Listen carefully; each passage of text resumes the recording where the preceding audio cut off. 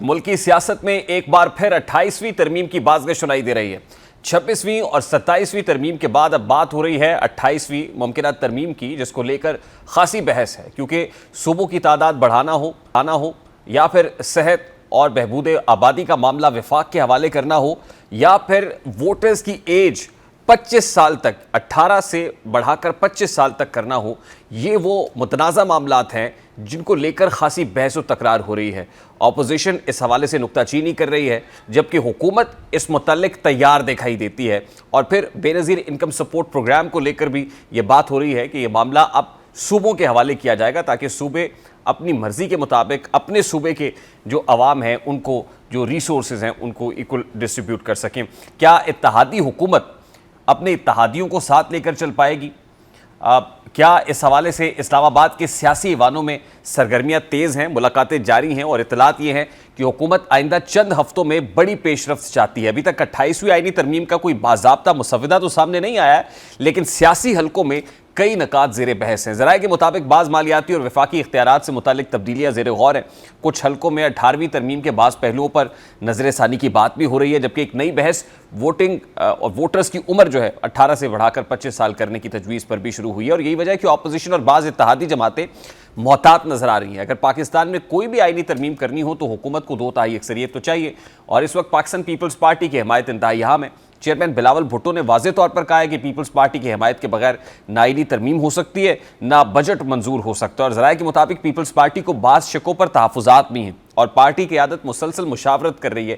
سیاسی تجزیہ کاروں کا کہنا ہے کہ پیپلز پارٹی 18ویں ترمیم کو اپنی سب سے بڑی سیاسی کامیابی سمجھتی ہے، اس لیے وہ کسی ایسے اقدام کی حمایت نہیں کرے گی جس سے صوبائی خود مختاری کمزور ہو، جس سے 18th امینڈمنٹ کو رول بیک کرنے کا جو تاثر ہے وہ قائم ہو۔ اور پاکستان تحریک انصاف بھی اس معاملے پر سخت موقف رکھتی ہوئی نظر آتی ہے۔ چیئرمین بیرسٹر گوہر نے سوال اٹھایا کہ کیا 18ویں ترمیم رول بیک کی جا رہی ہے؟ ان کا کہنا ہے کہ حکومت تمام سیاسی جماعتوں کو اعتماد ملے اور کسی بھی ترمیم کو جلد بازی میں منظور نہ کیا جائے۔ دوسری جانب جمعیت علماء اسلام کے سربراہ مولانا فضل الرحمان کی جانب سے بھی تنقیدی آوازیں سامنے آ رہی ہیں۔ اطلاعات ہے کہ 18ویں ترمیم کے تحت ووٹنگ کی عمر 18 سے بڑھا کر جو 25 سال کرنے کی تجویز ہے، اگر ایسا ہوا تو تقریباً کروڑوں نوجوان ووٹرز جو ہے متاثر ہو سکتے ہیں۔ طلبہ، سیاست اور یوتھ پالیٹکس کا توازن بدل سکتا ہے، اور سیاسی جماعتوں کی انتخابی حکمت عملی مکمل طور پر تبدیل ہو سکتی ہے۔ اور حکومت کی طرف سے ابھی تک اس تجویز کی باضابطہ تصدیق نہیں ہوئی ہے، مگر بحث شدت اختیار کر رہی ہے۔ اصل سوال صرف آئینی ترمیم نہیں، اصل سوال یہ ہے کہ کیا حکومت اپنے اتحادیوں کو متحد رکھ پائے گی اس پرٹیکولر میٹر کے اوپر؟ کیا اپوزیشن اس معاملے پر مشترکہ موقف اپنائے گی؟ اور کیا یہ ترمیم واقعی نظام کے اندر اصلاح میں کلیدی کردار ادا کرے گی، یا محض سیاسی طاقت کا مظاہرہ ہے؟ وفاقی وزیر قانون ناظم نذیر تارڑ نے بھی کہا ہے کہ مخلوط حکومت میں مشاورت کے بغیر آئینی ترمیم ممکن نہیں ہے، یعنی سیاسی درجہ حرارت تو بڑھ رہا ہے مگر حتمی تصویر ابھی واضح نہیں ہے۔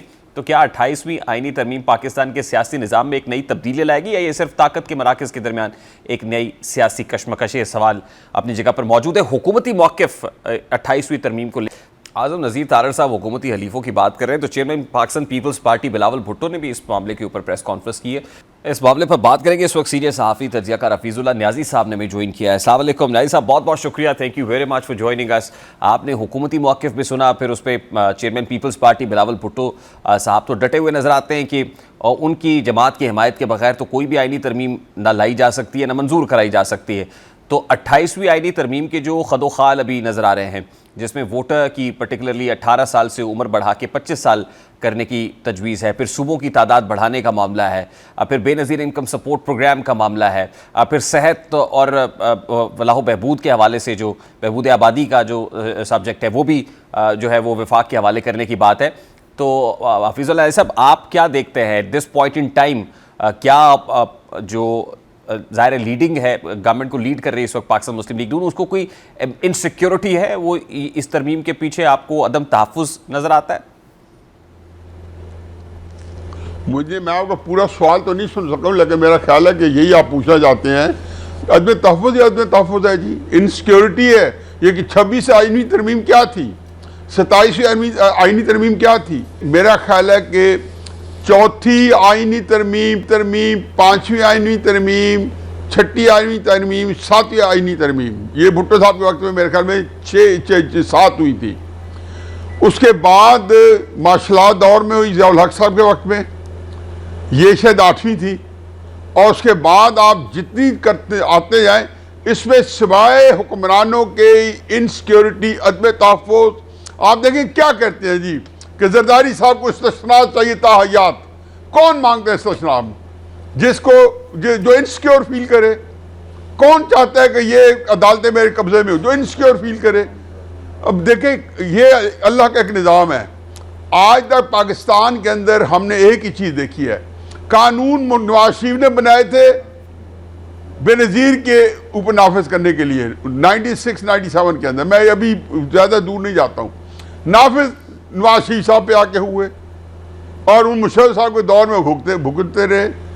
قانون کوئی بناتا ہے، نافذ کسی پہ ہوتے ہیں، بعد میں سارے قوانین انہی مشرف صاحب کو انہی ترامیم کی وجہ سے اور اسی کا آئین کے کھلواڑ کی وجہ سے سپریم کورٹ کا ڈیسیژن تھا کہ ان کے اوپر غداری کا مقدمہ چلایا جائے. لیکن یہ پاکستان کے اندر مجھے یقین جانو کہ ان کسی کو اس ملک کے اوپر ترس نہیں آتا.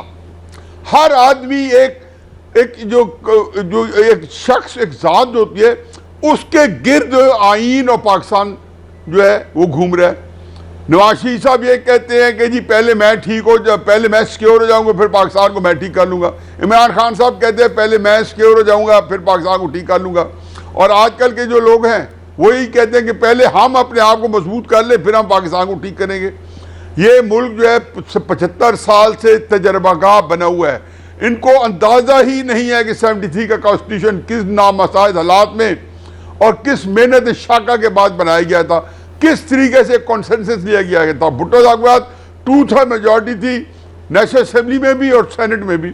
اس کے باوجود ایک ایک ووٹ کے لیے پوری میرا خیال ہے کہ جو قوم خرچ ہو گئی تھی، ساری قوم متحرک تھی اور یہ آئین جو ہے تشکیل پایا گیا. اور آج تک فخر کرتے ہیں کہ ایک کنسنسس ڈاکومنٹ کے طور پر یہ آئین ہمارے سامنے آیا کہ ادھر سے آئین نافذ ہوا، کے پی کی طرف سے اس کو اڈاپٹ کیا گیا. مبارک سلامت اردو زبان کو کے پی نے، میں نے کہا کہ ہماری یہاں صوبے کی قومی زبان ہوگی. بلوچستان اسمبلی نے بل پاس کیا ہمارے صوبے کی قومی زبان یہ اردو ہوگی. سندھ نے کہا کہ اردو اور سندھی جو ہے ہماری صوبے کی زبان ہوگی. تو آج آپ کنسنسس دیکھ لیں، جا کے کرا لیں. دیکھو یہاں کے اسلام آباد میں بیٹھ کے اور طاقت کے ساتھ، یا یہ جو کیا ہوتا ہے ہم مطلق الانانیت کی ذہنیت کے ساتھ آپ کچھ بھی کر سکتے ہیں.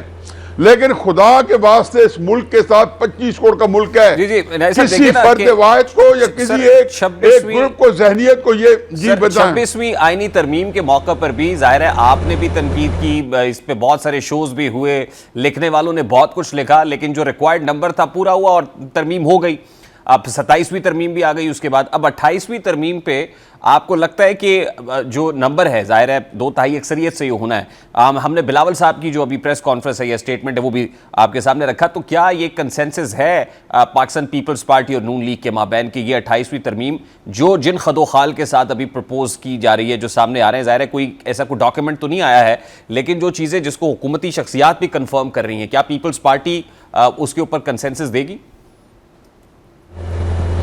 میں نے تو بلاول صاحب کا آپ نے کچھ سٹیٹمنٹ پڑھا ہے، مجھے آواز نہیں آ رہی تھی، میں نے بتایا کہ میں نے آپ کی بات پوری طرح سن نہیں سکا، لیکن میں نے جو اسے آخر کے 3-4 آپ کے جو سینٹنسز ہیں اسے جو کچھ حاصل کیا وہ آپ کے سامنے پیش کیا. بات اگر کنسنسس ہو جائے تو اس ماسٹر وائس پہ کنسنسس ہوگا نا. اور 26ویں بھی 27ویں پہ ہوا ہے تو اس کے اندر کیا تھا، کوئی نمبر کوئی میٹر ہی نہیں کرتے تھے. یہ پورے ہیں، یہ ریزرو میں پڑے 8، اگر یہ ہو تو یہ خرچ کر لیں گے، یہ نہ ہو تو یہ بھی خرچ کر لیں گے، چلو اس کی اب ضرورت نہیں رہے، پورے ہو گئے. یہ کبھی ترامیم بھی قوموں کی تقدیر میں جو فیصلہ کرتے آئین. لیکن یہ ملک جو تھا، میری 2 باتیں ضرور سے سن لیں. یہ ملک جو تھا اس کے اندر جس میں نے آنکھ کھولی، میں بڑا ہوا، اس کے اندر نظریاتی جنگ تھی. ہم یہ کہتے تھے کہ قائد اعظم نے ملک اس لیے بنایا کہ یہاں پہ اور آبجیکٹیو ریزولوشن تھی کہ نظریاتی مملکت بنے گا. یقین جانو کہ 90s میں پہنچا تو ہم نے کہا جی خدا کے واسطے نظریاتی جنگ کا تو اب تصور ہی چھوڑے، ملک کو آئینی مملکت ہی رہنے دے. آج ہم نے آئین کے ساتھ سوائے اس کے کہ فرد واحد ضیاء الحق صاحب کا آئین میں نام لکھا ہوا ہے، اس کے مطابق آئین ترتیب دیا گیا ہے. مشرف صاحب کا آئین کے اندر نام لکھا گیا اور اس کے مطابق آئین ترمیم دیا گیا. کسی قوم کے یہ بنانا ریپبلک تو ہم نے ہے ہی ہے. کہ یار 25 کروڑ لوگوں پہ کچھ ترس بھی کھا جائے، جن کو آپ ساری زندگی ان کے اوپر بیٹھ کے اور زور زبردستی ان کی مرضی کے بغیر، جو حکمران آتا ہے ان کی مرضی کے بغیر ان کو دبوچ لیتا ہے اور جو حکومت کرتا ہے. پھر اس کے بعد یہ ہوتا ہے کہ یقین جانو میں تو حسرت ہی رہی ہے کہ کوئی بندہ حکومت کرے اور اس کے بعد عوام میں آ سکے. جی نیازی صاحب، یہ جو 18 سال سے عمر بڑھا کے ووٹر کی 25 سال کرنے کا جو مجوزہ ترمیم ہے جو سامنے آ رہی ہے، بنیادی طور پہ کیا یہ اس میں انسیکیورٹی کسی خاص پولیٹیکل پارٹی کو لے کے ہے، اور کیا آپ کو پرنسپلی درست معلوم ہوتی ہے یہ ٹھیک ہونا چاہیے کہ اسی آئین کے اندر 18 سال کی عمر میں شادی تو ہو سکتی ہے لیکن ووٹ نہیں ڈال سکتی؟ میں بڑی مشکل سے بریکیں لگا لیتا ہوں کیونکہ مجھے نہیں فرق پڑتا. میں ہر بات کہنے کی میرے پاس نہیں، لیکن آپ کی مہربانی ہے سر کہ آپ بریک لگا لیتے ہیں، آپ کی مہربانی ہے سر. لیکن نہیں دیکھ لیں آپ ظاہر. دیکھیں بات یہ جی کہ یہ مجھے یاد ہے کہ 8 فروری کے الیکشن سے پہلے میرے ساتھ کچھ ذمہ داران لوگوں نے ان کے ساتھ رابطہ تھا، تو مجھے وہ پوچھتے رہتے تھے کہ آپ کی کیا اس کے اوپر رائے ہے، تو میں نے بتایا کہ بھئی یہ رائے یہ ہے یہ. تو اس کے بعد مجھے ایک لیکچر آ جاتا تھا، نیازی صاحب آپ کیا کن رہتے ہو، یہ اتنے پرسنٹ ادھر ہو گئے، اتنے پرسنٹ ادھر ہو گئے، اتنے پرسنٹ ادھر ہو گئے. یہ جو ہم نے پرسنٹیج پہ کھیل رہے ہیں کہ جی سروے کرایا جی، ابھی سروے کرایا جی، کیا سروے کرایا کہ 18 سال سے 25 سال کی عمر کے جو ووٹرز ہیں، فرض کہ مجھے تو نہیں پتا لیکن میں تصوراتی طور پہ چشم تصور میں ہائپوتھیٹیکلی کہہ رہا ہوں، مفروضے کے طور پہ کہ سر جی جو 40% ہو گئے، اچھا ان کو تو نکالو، ان کے اندر جی 90% ووٹس جو ہیں وہ اس کے ہیں کیا کہنا چاہیے کہ تحریک انصاف کے ہیں، چلو اس کو نکال دو. اس کے بعد 35 ایئرس کے نیچے ووٹس جو ہیں وہ اس کے ہیں تو وہ اس کو نکال دو. یہ جو ہے نا یہ چیزیں معنی نہیں ہوتی. آپ کو اندازہ نہیں کہ اگر تحریک انصاف کو آپ گنیں گے نا تو جس مرضی پرسنٹیج میں چلے جائیں نا، اگر وہ آپ کے نزدیک وہ ایک فورس ٹو ریکن ود ہے، وہ ایک فورس ہے جس کو ایکنالج کرنا ہے آپ نے، تو وہ پھر ہر جگہ موجود ہے. اس کو آپ اب کہیں سے ووٹر سے نہیں روک سکتے. اس کو روکنے کا بہترین طریقہ RTS، اس کو بہترین طریقہ فارم 47 یا دونوں کو جمع کر کے پلس ڈال دیں. کیا مذاق ہو رہا ہے. بڑی مشکل سے 21 سال کی عمر کے ووٹر سے ساری دنیا کے اندر آپ دیکھ لیں ووٹرز کیا ووٹر لسٹ ہے. منطق کیا لاتے ہیں، وہ کہتے ہیں واعظ دلیل لائے جو میکے جواز میں. اقبال کو یہ ضد ہے کہ پینا ہی چھوڑ دے. آپ کہہ رہے ہیں جی کہ وہ 18 سال کے ووٹر چونکہ ممبر اسمبلی نہیں بن سکتے تو ان کو ووٹ کا حق ہی نہیں نہ دیا جائے. یہ عجیب و غریب بات ہے. چونکہ 35 سال کا عمر کا بندہ جو ہے وزیر اعظم نہیں بن سکتا اسے کم، تو اس کو جو ہے آپ جو ہے اس کا ووٹ کا حق ہی نہ دیں. سارے 35 سال کے بندے ہی ووٹ دیں تاکہ وہی اپنا وزیر اعظم جو ہے وہ کریں. چونکہ نبوت جو ہے جو اللہ تعالیٰ نے 40 سال کی عمر پسند فرمائی تو ہم کیوں 40 سال سے کم عمر کے لوگوں کو رائے دیں؟ اس کا مطلب ہے کہ اللہ کے نزدیک میچورٹی کی ایج 40 ایئرز ہے، اسی ہم بھی 40 ایئرز کر دیں. دیکھیں یہ سارے منترے ہیں، یہ سارے یہ خود فریبی ہے، یہ اپنے آپ کو دھوکہ دے رہے ہیں. یہ پاکستان کو میں نے حقیقت ہے کہ تکلیف ہوتی ہے کہ ہم ایک بار 10 سال بعد 0 پوائنٹ سے 2 قدم پیچھے کھڑے ہوتے ہیں. 1967 آیا، ایوب خان چھوڑ کے گئے تو کیا ترقیاتی جشن پاکستان میں منائے جا رہے تھے، کیا بتایا جا رہا تھا کہ پاکستان جو ہے کیلیفورنیا جتنی اکانومی ہے. 71 پاکستان بھی 2 لاکھ تو گیا، ہم آگے آ گئے. پھر 88 کے اندر ضیاء الحق صاحب گئے تو پھر دیکھو کیا بنا. 2008 کے اندر مشرف صاحب گئے تو کیا پاکستان دے کے گئے. 2022 میں جب جناب باجوہ صاحب گئے تو کیا پاکستان ڈیفالٹ کر رہا تھا. تو مجھے تو سمجھ نہیں آتی کہ ہم یہ چیزیں ہمارے سبق سیکھنے کی کافی تھی، لیکن اس کو سیکھنے کے لیے ضروری ہے کہ آپ کو اپنے مفادات، آپ کے جو بیسٹ انٹرسٹ ہیں، آپ کے جو ذاتی مفادات ہیں، آپ ان کو پس پش ڈالیں گے، ان کو کرب کریں گے، ان کو لگام دیں گے اور قومی مفاد کو آگے لے کے آئیں گے. لیکن بدقسمتی یہ کہ قومی مفاد جو ہے وہ سکڑیں ڈالا ہوا ہے کہ ہم اگر مضبوط ہو جائیں گے، ہمارے بارے میں دنیا کیا کہہ رہی ہے، شہباز شریف کے جی ترانے گا جا رہے ہیں. اس لیے ہمیں جو ہے پاکستان کے اندر بہت کچھ کرنے کا ہمارے پاس اختیار ہے، حق ہے.